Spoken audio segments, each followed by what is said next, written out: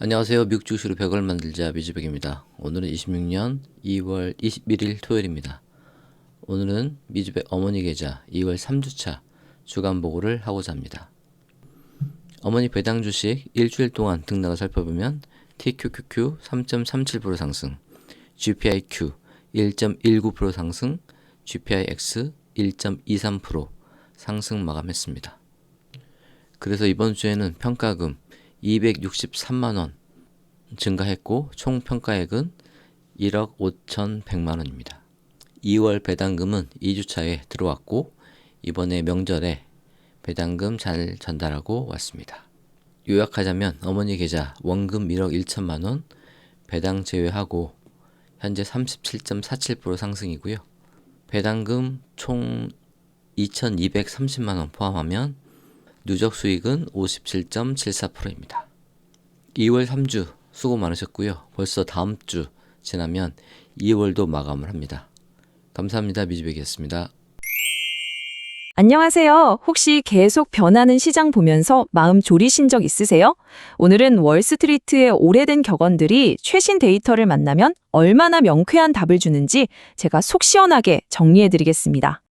솔직히 우리 다 그렇잖아요. 아침에 눈 뜨면 습관처럼 증권 앱부터 켜보고요. 밤사이 파랗게 변한 계좌를 보면 정말 하루 시작부터 기운이 쫙 빠지죠. 네, 바로 그 마음. 여러분 혼자만 느끼는 게 아닙니다. 사실 그게 바로 시장을 움직이는 아주 강력한 엔진이에요. 월스트리트의 고수들은 이 두 가지 감정, 두려움과 탐욕을 다스리는 게 투자의 첫걸음이라고 입을 모아 말합니다. 자, 그럼 먼저 수십 년, 아니 거의 수백 년 동안 월가에서 전해져 내려오는 격언들부터 한번 살펴볼까요? 이게 가끔 들으면 좀 알쏭달쏭한데 그 안에 시장의 본질을 꿰뚫는 엄청난 통찰이 숨어 있습니다. 이게 무슨 말이냐면요. 지나친 탐욕을 부리면 결국엔 망한다는 뜻입니다. 황소처럼 강세장을 타거나 곰처럼 하락장을 예측하는 건 나름의 전략이 될 수 있어요. 하지만 그냥 욕심에 눈이 멀어서 달려드는 돼지는 결국 도살장으로 끌려간다는 거죠. 한마디로 무리한 투자는 절대 하지 말라는 강력한 경고입니다. 이건 정말 많이 들어보셨죠. 주가가 막 폭포수처럼 쏟아질 때 이 정도면 바닥이겠지? 하고 섣불리 사는 게 얼마나 위험한지를 말하는 겁니다. 뚜렷한 이유 없이 계속 떨어지는 주식은요, 그 바닥이 어딘지 아무도 몰라요. 그야말로 맨손으로 칼날을 잡는 거나 마찬가지인 셈이죠. 자, 이제부터가 진짜 흥미로운 지점입니다. 이 격언은요, 시장이 종종 모든 사람이 이제 큰일 났다고 말하는 그런 비관론과 불안감 속에서 오히려 스물스물 오른다는 역설을 담고 있어요. 모두가 두려움에 떨고 있을 때 진짜의 기회가 숨어 있을 수 있다는 뜻이죠. 그럼 이 오래된 지혜들을 데이터랑 한번 합쳐볼까요? 현실에 어떻게 적용할 수 있을지. 첫 번째 원칙은 바로 감정 관리입니다.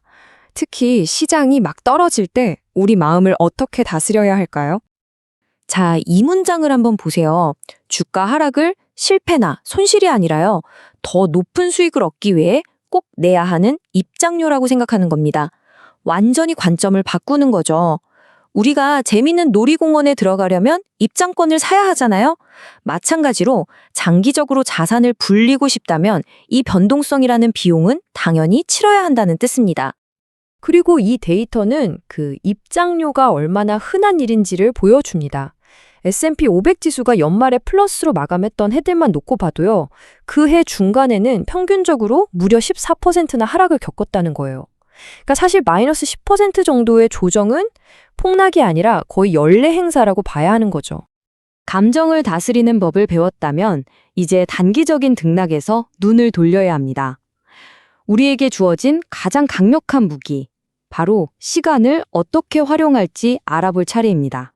우리는 매일같이 내일 주가가 오를까, 내릴까 이걸 맞추려고 엄청 애를 쓰잖아요.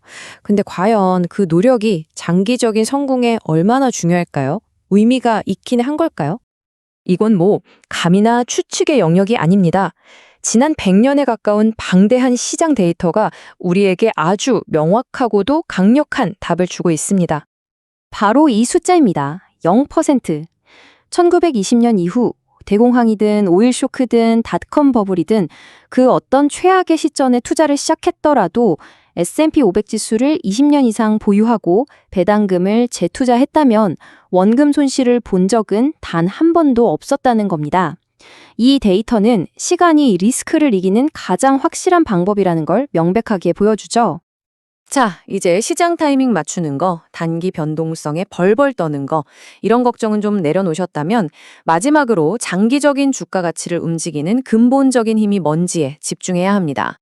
뭐 금리가 어떻고 전쟁이 나고 정치가 어떻고 이런 뉴스들은 단기적인 주가를 흔드는 소음일 뿐입니다. 하지만 10년, 20년 뒤에 내 주식의 가격을 결정하는 절대적인 요인은 결국 그 기업이 돈을 얼마나 잘 버는가, 즉 기업의 이익입니다. 이건 자본주의 시장에서 거의 물리법칙과도 같아요. 여기서 많은 분들이 진짜 헷갈려 하시는 게 있죠. 아니, 요즘 경기가 이렇게 안 좋다는데 주가는 왜 오르는 거야?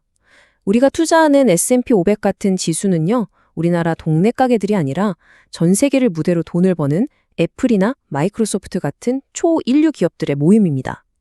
그러니까 우리나라 GDP와 미국 주식시장이 따로 움직이는 건 전혀 이상한 일이 아닌 거죠.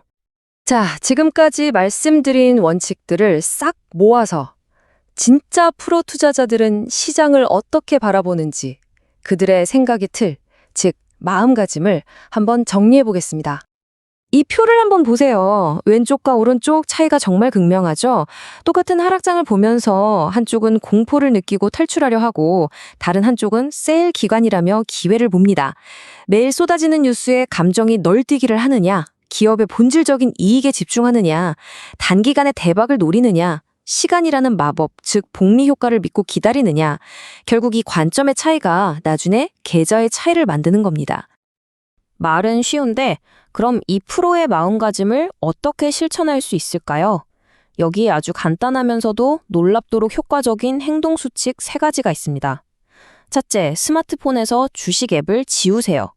잦은 확인은 감정만 소모시킬 뿐입니다. 둘째, 월급날 알아서 사지도록 투자를 자동화하세요. 감정이 끼어들 틈을 주지 않는 겁니다. 마지막으로 지금의 두려움과 나의 다짐을 투자 일지에 기록해두세요.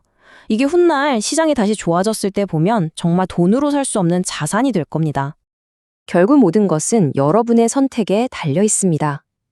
단기적인 소음에 흔들리면서 두려움과 탐욕 사이를 오가는 투자자로 남을 것인가? 아니면 데이터와 원칙을 믿고 시간을 가장 강력한 아군으로 삼는 투자자가 될 것인가? 이 질문에 대한 여러분의 답이 여러분의 미래를 결정할 겁니다.